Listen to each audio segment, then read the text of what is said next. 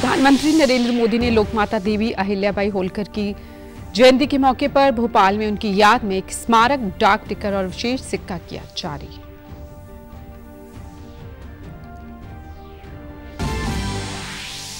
कुरुक्षेत्र के पिपली में भी अहिल्याबाई होलकर की जयंती पर आयोजित राज्य स्तरीय समारोह में मुख्यमंत्री नायब सिंह सैनी हुए शामिल। कहा, महिलाओं में नेतृत्व करने की है अपार शक्ति।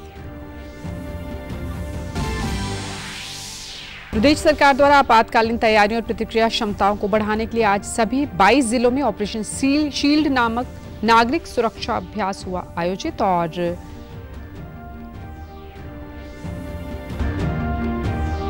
हरियाणा सरकार पर यमुना के पानी में जहर मिलाने वाले बयान को लेकर आप पार्टी के संयोजक अरविंद केजरीवाल सोनीपत कोर्ट में नहीं हुए पेश।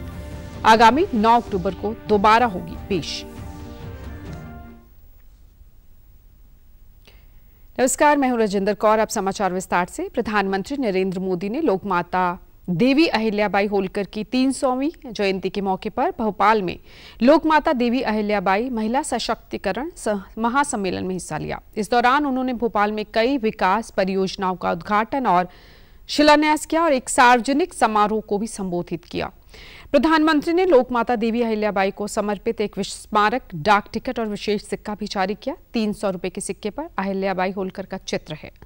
उन्होंने जनजातीय लोक और पारंपरिक कलाओं में योगदान के लिए डॉक्टर जयमती कश्यप को राष्ट्रीय देवी अहिल्याबाई होलकर पुरस्कार से भी सम्मानित किया।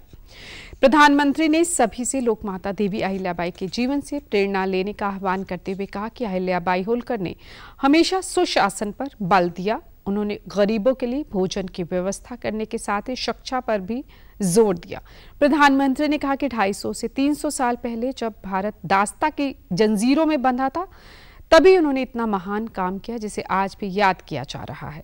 प्रधानमंत्री ने कहा कि उन्हें आदिवासी बेटी देश की राष्ट्रपति के मार्गदर्शन में काम करने का मौका मिला है। सरकार की जन कल्याण योजनाओं का उल्लेख करते हुए प्रधानमंत्री ने कहा कि हमारी सरकार महिला नेतृत्व में विकास के दृष्टिकोण को मुख्य आधार बना रही है।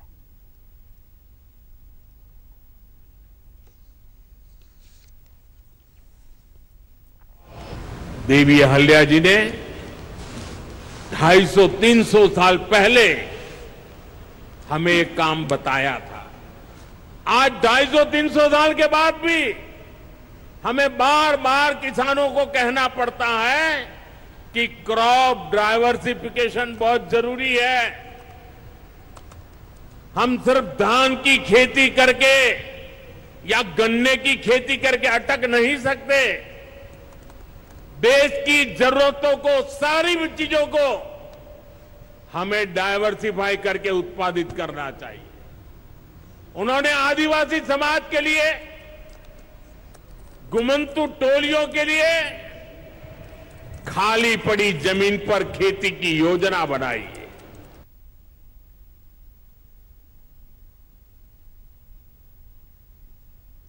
प्रधानमंत्री ने पहलगाम हमले पर चर्चा करते हुए कहा कि आतंकवादियों ने सिर्फ हमारा खून ही नहीं बहाया बल्कि हमारी संस्कृति पर भी प्रहार किया था।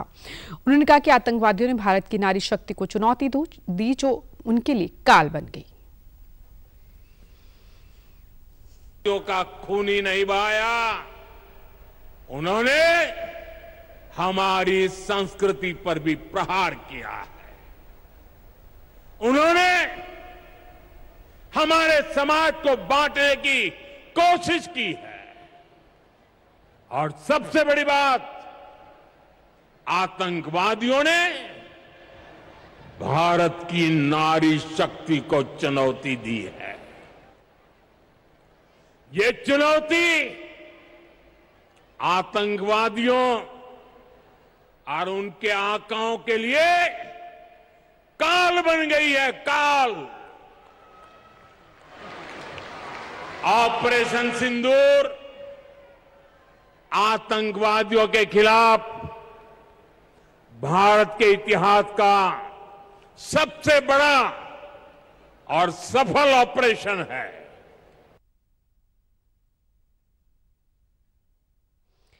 इधर कुरुक्षेत्र की पिपली अनाज मंडी में आज अहिल्याबाई होलकर की 300वीं जयंती पर राज्य स्तरीय समारोह का आयोजन किया गया। इस समारोह में मुख्यमंत्री नायब सिंह सैनी ने मुख्य अतिथि के रूप में शिरकत करते हुए देवी अहिल्याबाई होलकर की जीवनी पर लगाई गई प्रदर्शनी का भी अवलोकन किया। इस मौके पर मुख्यमंत्री ने लोगों को संबोधित करते हुए कहा कि आज हम मातेश्वरी अहिल्याबाई होलकर का 300वां जन्मदिन मना रहे हैं। ये हम सबके लिए खुशी की बात है। सेवा, न्याय और जन कल्याण की प्रतिमूर्ति अहिल्याबाई होलकर के जीवन से हम सबको प्रेरणा लेने की जरूरत है। अहिल्याबाई होलकर देश की ऐसी वीरांगना हुई जिनके जीवन से हमें यह पता चलता है कि सेवा, संकल्प और सद्गुण से युक्त नेतृत्व ही समाज की दिशा बदलने का काम करता है। उन्होंने कहा कि अहिल्याबाई होलकर के नाम पर शीघ्र एक स्मृति द्वार का निर्माण किया जाएगा और 2 एकड़ जमीन पर उनके जीवन को चित्रित करने वाले एक संग्रहालय का भी निर्माण किया जाएगा।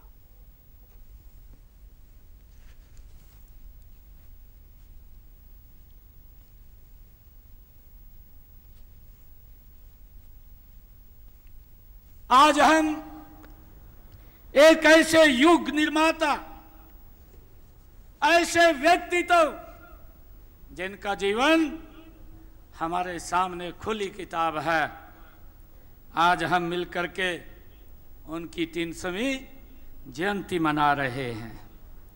जिनके जीवन ने यह सिद्ध किया है कि सेवा, संकल्प और सद्गुणों से युक्त नेतृत्व ही समाज को एक दिशा दे सकता है।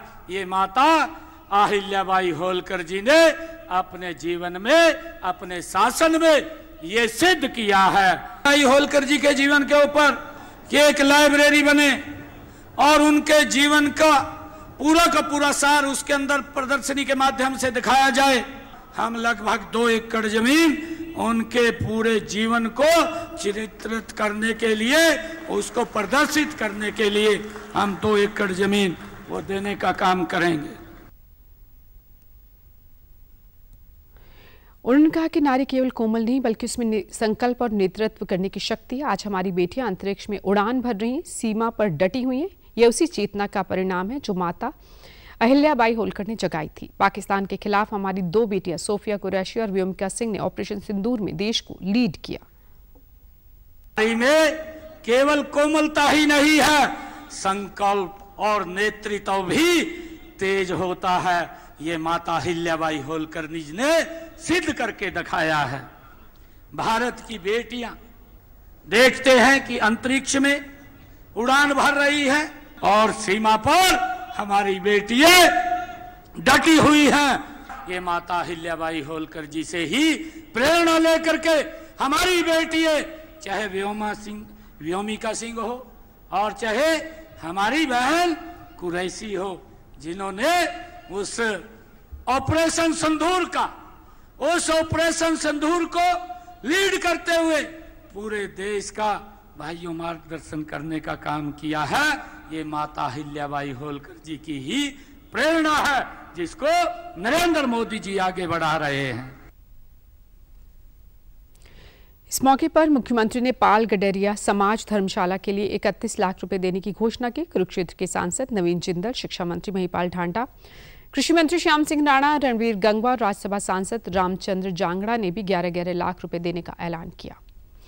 प्रदेश सरकार द्वारा आज की आपातकालीन तैयारियों और प्रतिक्रिया क्षमताओं को बढ़ाने के लिए आज सभी 22 जिलों में ऑपरेशन शील्ड नामक एक प्रमुख राज्यव्यापी नागरिक सुरक्षा अभ्यास आयोजित किया गया। यह व्यापक अभ्यास गृह मंत्रालय के मार्गदर्शन में शाम 5 बजे शुरू किया गया, जिसका मकसद वर्तमान राष्ट्रीय सुरक्षा चिंताओं के मद्देनजर हवाई हमलों, ड्रोन हमलों और अन्य युद्धकालीन परिदृश्यों जैसी महत्वपूर्ण घटनाओं का अनुकरण करना है। वहीं रात 8 से 8:15 तक ब्लैकआउट का भी अभ्यास किया जाएगा। इससे पहले यह मॉक ड्रिल 29 मई को होनी थी, लेकिन गृह मंत्रालय के निर्देशों के मुताबिक इसे स्थगित कर दिया गया था।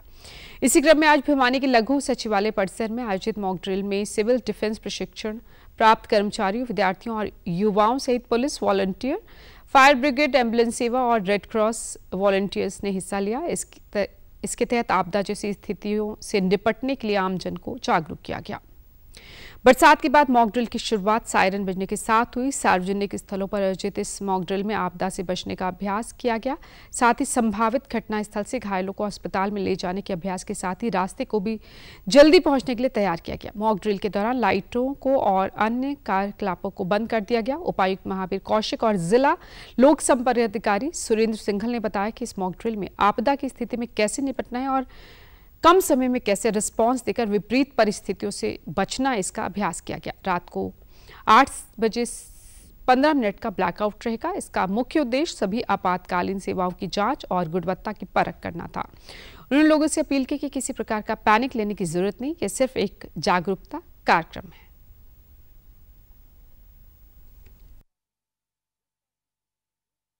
आठ बजे से लेके 8:15 तक जो ब्लैकआउट है वो किया जाएगा। इसमें हमने पूरे शहर में 4 जगह सायरन लगाए गए हैं। एक हमारा जो मिनी सचिवालय है इसके ऊपर है, और एक जो सिटी पुलिस स्टेशन है वहाँ पे है, और निनान गांव में और कोंट गांव में। इन 4 से जो पूरा शहर है वो कवर हो जाता है। तो 8 बजे है वो सायरन बजाया जाएगा। उसके बाद लोगों से अपील आपके माध्यम से करूँगा कि वो जो भी अपने घर की लाइटें हैं, बत्तियां हैं, उनको बुझा दें और पूरी तरह से ब्लैकआउट करें। ड्रोन के द्वारा जो हमले किए जाते हैं या मिसाइल के द्वारा जो हमला किया जाता है दुश्मन देश से, वो यहाँ पर दिखाया गया है। उसमें 20 नागरिकों के हताहत होने की सूचना दर्शाई गई थी। उससे पहले सायरन, जैसे ही ड्रोन का हमला होता है तो सायरन भी बजाया गया था। रात कार्य में पुलिस के जवान, रेड क्रॉस, एनसीसी, एनएसएस ये सभी शामिल हुए। युवाओं ने बढ़ चढ़कर भाग लिया है, जिसमें कि मतलब एम्बुलेंस विभाग और ये जितने भी थे ये मतलब सुचारू रूप से टाइम पर आ गए थे, और यहाँ पर मतलब जो भी कंडीशन बनती है उसको लेकर सभी में मतलब अपना प्रॉपर तरीके से कार्य किया है। और आगे भी ऐसी कोई मॉक ड्रिल होती है तो प्रशासन मतलब पूरी तरह से मुस्तैद रहेगा और काम करेगा। हरियाणा सरकार पर यमुना के पानी में जहर मिलाने वाले बयान को लेकर आम आदमी पार्टी के संयोजक अरविंद केजरीवाल आज सोनीपत कोर्ट में पेश नहीं हुए। इससे पहले पिछली सुनवाई 20 मार्च को थी, जिसमें भी वो नहीं पहुंचे थे। उनके वकील के माध्यम से कोर्ट ने 31 मई की तारीख दी थी। अब सोनीपत कोर्ट ने अगली सुनवाई के लिए 9 अक्टूबर की तारीख दी है। यमुना नदी के पानी में जहर मिलाने के आरोपों के बाद पिछले दिनों हरियाणा सरकार ने केजरीवाल के खिलाफ सोनीपत में याचिका दायर की थी। सोनीपत सीजेएम कोर्ट में उनके खिलाफ आपदा प्रबंधन अधिनियम की धारा 2D और 54 के तहत याचिका दायर होने के बाद कोर्ट में उनकी पेशी के लिए 17 फरवरी की तारीख तय की गई थी। सोनीपत में सिंचाई विभाग के एक्जियन अभियंता आशीष कौशिक ने कोर्ट में याचिका लगाकर कहा था कि 28 जनवरी को यमुना नदी से सटे हुए आसपास के गांव के लोग सिंचाई विभाग के कार्यालय में पहुंचे। उन्होंने कहा कि यमुना नदी में जहर क्यों डाला, इससे जानवरों और लोगों की मौत हो जाएगी। लोगों से जब कारण पूछा गया तो उन्होंने सोशल मीडिया पर चल रही एक वीडियो क्लिप दिखाई। वीडियो में अरविंद केजरीवाल बयान दे रहे थे कि हरियाणा सरकार ने यमुना नदी में जहर मिलाया है। दिल्ली जल बोर्ड के अधिकारियों के अलर्ट के कारण पानी में जहर की जानकारी मिली है, जिसके चलते दिल्ली के लोगों की जान बच गई है। अधिकारी ने आगे बताया कि उन्होंने लोगों से कहा कि वायरल वीडियो में जो कहा जा रहा है ऐसा कुछ भी नहीं है, पानी में किसी तरह का जहर नहीं है। अरविंद केजरीवाल का बयान गलत है। इसके बाद वे लोग वहां से चले गए। आगे बढ़ते हैं। ऑपरेशन सिंदूर की सफलता के उपलक्ष्य में कैथल में महिलाओं ने कैंडल यात्रा निकाली। देश के वीर सैनिकों के सम्मान और देश के अमर वीर शहीदों को श्रद्धांजलि देने के लिए महिलाओं ने सनातन मंदिर से शहीद स्मारक तक भारत माता की जय घोष के साथ यात्रा निकाली। कैथल नगर परिषद की चेयरपर्सन सुरभि गर्ग और भाजपा की जिला अध्यक्षा ज्योति सैनी ने कहा कि ऑपरेशन सिंदूर की सफलता पूरे देश में खुशी की लहर है और हमें हमारे वीर सैनिकों पर गर्व है। जब हम अपने घरों में चैन की नींद सो रहे होते तब देश के बहादुर सैनिक देश की सीमा पर हमारी रक्षा करते हैं। कि भारत की हर महिला, हर बेटी, हर बहन आपके साथ है। हम आपके दुख में उस तरह शामिल हैं जैसे दुख आपको वैसा हमें है। और आज मुझे बहुत खुशी हो रही है कि मेरे एक छोटे से बुलावे पर कैथल शहर की मेरी मातृशक्ति इतनी तादाद में आई। इसके लिए मैं उनका हमेशा शुक्रगुजार हूं। हमारे देश के वीर जवानों ने वो करके दिखाया जो शायद असंभव था, और आज हमें गर्व है कि हम ऐसे देश में रहते हैं जहाँ के वीर जवान अपनी बहनों के सुहाग के लिए अपनी जान तक न्यौछावर है। आगे आने वाले समय में हमारे देश के जो ऐसे प्रधानमंत्री हैं, उनके नेतृत्व में कोई आंख उठाकर भी हमारे देश के सामने देख नहीं सकता। इन्होंने बहुत अच्छा काम किया है हमारे प्रधानमंत्री जी ने। हमारे सैनिकों पर भी गर्व करती हूँ और जो चले गए हैं उनको मैं श्रद्धा सुमन अर्पित करती हूँ। और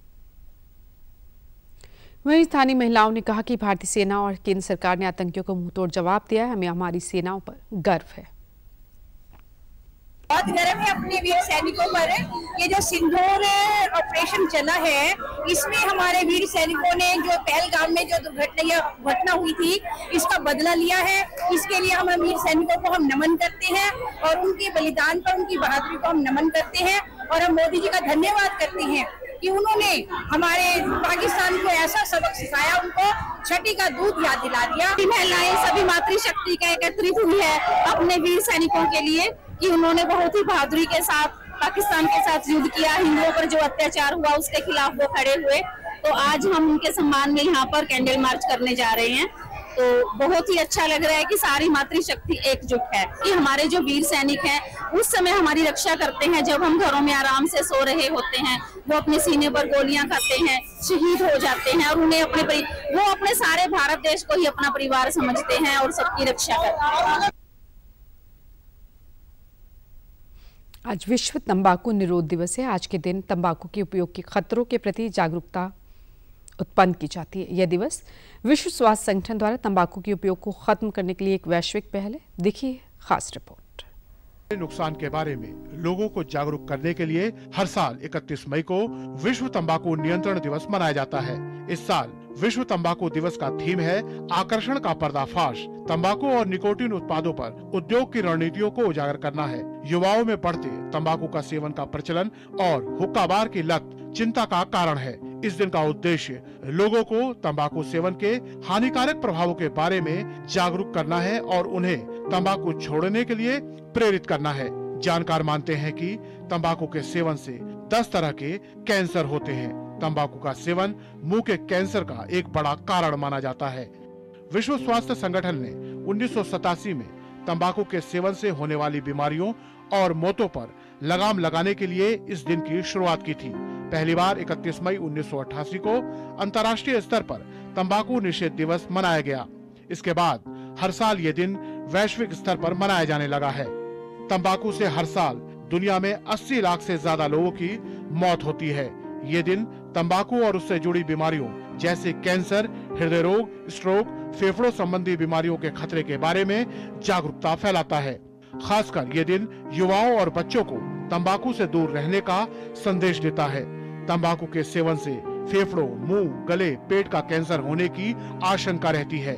दिल की बीमारियां हो सकती हैं, सांस की समस्या हो सकती है। तंबाकू के सेवन से पुरुषों और महिलाओं में प्रजनन समस्याएं हो सकती हैं। समय से पहले मौत का खतरा रहता है। जाहिर है जागरूकता से ही तंबाकू के सेवन पर नियंत्रण किया जा सकता है। प्रदेश के खेल राज्य मंत्री गौरव गौतम ने कहा है कि वर्तमान समय में नशा समाज के लिए एक बहुत बड़ी चुनौती बन चुका है, लेकिन मुख्यमंत्री के कुशल नेतृत्व में प्रदेश को नशा मुक्त करने की दिशा में काम किया जा रहा है। नशे के खिलाफ जागरूकता बढ़ाना और समाज को नशा मुक्त बनाने के लिए सार्थक प्रयास किए जा रहे हैं, जिसमें आमजन की भागीदारी जरूरत है। वो आज पलवल में विश्व तंबाकू निषेध दिवस पर आयोजित कार्यक्रम में लोगों को संबोधित कर रहे थे। इस मौके पर उपस्थित लोगों को नशे से दूर रहने की शपथ दिलाई गई। उन्होंने कहा कि नशा करना समाज में एक बड़ी कुरीति है। नशा एक व्यक्ति के स्वास्थ्य के साथ साथ पूरे परिवार और आने वाली पीढ़ियों को तबाह कर देता है। उन्होंने कहा कि नशा एक अभिशाप है। ये एक ऐसी बुराई है जिसमें इंसान का अनमोल जीवन समय से पहले ही मौत का शिकार हो जाता है। इसलिए हमें नशे से दूर रहना चाहिए। खेल मंत्री ने युवाओं को नशे से दूर रहने के लिए प्रोत्साहित किया।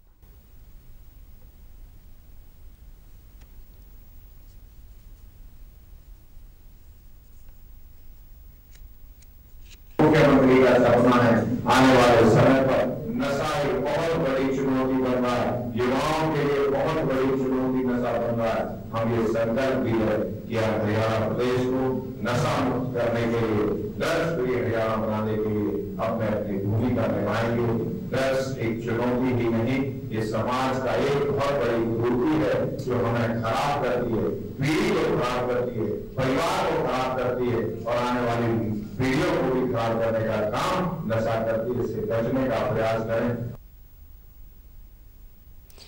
वहीं इस दौरान वन नेशन वन इलेक्शन पर भी चर्चा की गई। गौरव गौतम ने कहा कि वन नेशन वन इलेक्शन का आशय है कि पूरे देश में एक साथ लोकसभा और विधानसभा चुनाव कराया जाए। इसके लिए कमेटी बनाई गई है।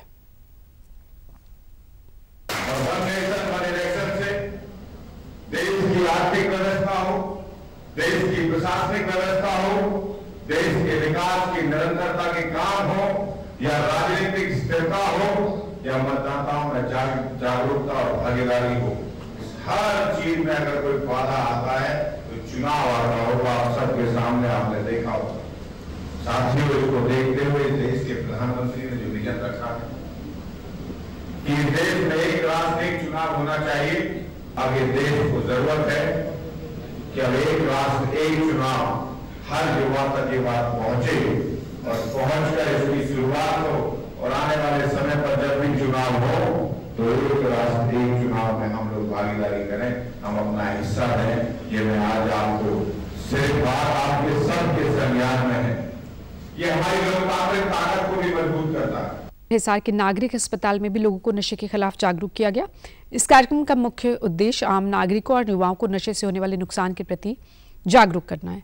इस अभियान के मास्टर वॉलंटियर और जिला सुकून काउंसलर राहुल शर्मा ने बताया कि तंबाकू में 7000 से ज्यादा हानिकारक तत्व होते जो हमारे मानसिक और शारीरिक स्वास्थ्य को नुकसान पहुंचाते। युवा कभी भी नशा ना करें क्योंकि आपका जीवन आपके परिवार और समाज के लिए अनमोल है।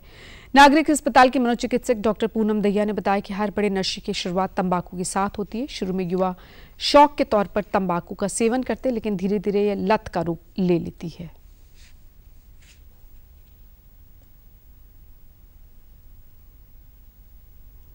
इस कार्यक्रम का मुख्य उद्देश्य यही है कि आम जन को, युवाओं को तंबाकू से होने वाले नुकसान के प्रति जागरूक करना।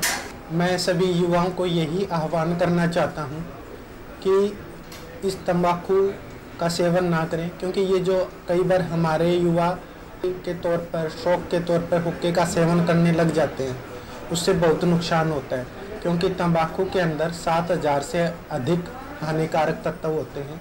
नशा ना करें, यह जीवन बहुत अनमोल है, आपके लिए भी, आपके बच्चों के लिए भी और आपके परिवार के लिए भी। इस युवा पीढ़ी को बचाना जरूरी है ताकि और नशे का एक तरह से पायदान है, ये पहली सीढ़ी और नशाओं के लिए, मतलब गेट ऑफ अदर ड्रग्स हम कह सकते हैं। अब हमारे जो ये युवा हैं या जो बच्चे हैं या जो आम जन है जो इसकी गिरफ्त में आ चुके हैं, उनकी कहीं ना कहीं इतनी देर इच्छा मजबूत नहीं होती, तो शायद इसीलिए वो इस गिरफ्त में आए हैं। तो हमें चाहिए कि हम उनका social support, family network, friends, schools, इन सब मतलब एक हम कोलैबोरेटिव अप्रोच लेके चलेंगे। इस जागरूकता कार्यक्रम में मौजूद लोगों ने कहा कि आज हमें तंबाकू और अन्य नशों से होने वाले शारीरिक और मानसिक नुकसान के बारे में पता चले, हम अन्य लोगों को भी नशे के खिलाफ जागरूक करेंगे। हमारे हरियाणा की पहचान है दूध दही का खाना, इसलिए हमें नशों से बचना चाहिए। बहुत अच्छा लगा जी, सुन के खूब अच्छा लगा जी। तम्बाकू के बारे में इसको तो मैं सभी को बताऊंगी जी, अड़ोस पड़ोस में गुआंढ को सबको बताऊंगी जी। बहुत अच्छा लगा जी। मैं जी नशे छोड़ो, धूम्रपान ना करो, गलत बात है, कैंसर बनाए, बीमारी बनाए तो ये गलत बात है जी, नशा नहीं करना चाहिए। तम्बाकू निषेध दिवस है, इसमें हमें बताया गया है कि तम्बाकू हमें कैसे मानसिक रूप से हमें अपने जाल में फंसा रहा है और वो किस प्रकार से हमारे परिवारों को और हमारी सोसाइटी को नुकसान दे रहा है, इस बारे में बताया गया। इस बारे में भी बताया गया कि कैसे हम तम्बाकू को छोड़ सकते हैं, इसकी जो हमें लत लग चुकी है वो कैसे छोड़ सकते हैं। तो जैसे लोगों के साथ हम सोसाइटल होंगे तो एक आपकी खुद की ज़िंदगी भी एक अच्छी होगी और लोगों के साथ भी आपके जो रिलेशनशिप है बहुत अच्छे होंगे जी। राष्ट्रपति द्रौपदी मुर्मू ने 2 दिवसीय साहित्यिक सम्मेलन और साहित्य कितना बदल गया है का उद्घाटन किया और इस मौके पर उन्होंने संस्कृति मंत्रालय और साहित्य अकादमी की सराहना की। उन्होंने ये भी कहा कि साहित्य से प्रेरणा लेकर मनुष्य सपने देखता है और उन्हें साकार करता है। पेश है हमारी ये खास रिपोर्ट। राष्ट्रपति भवन द्वारा संस्कृति मंत्रालय के साहित्य अकादमी के सहयोग से राष्ट्रपति भवन सांस्कृतिक केंद्र में एक साहित्यिक सम्मेलन साहित्य कितना बदल गया है का आयोजन किया गया।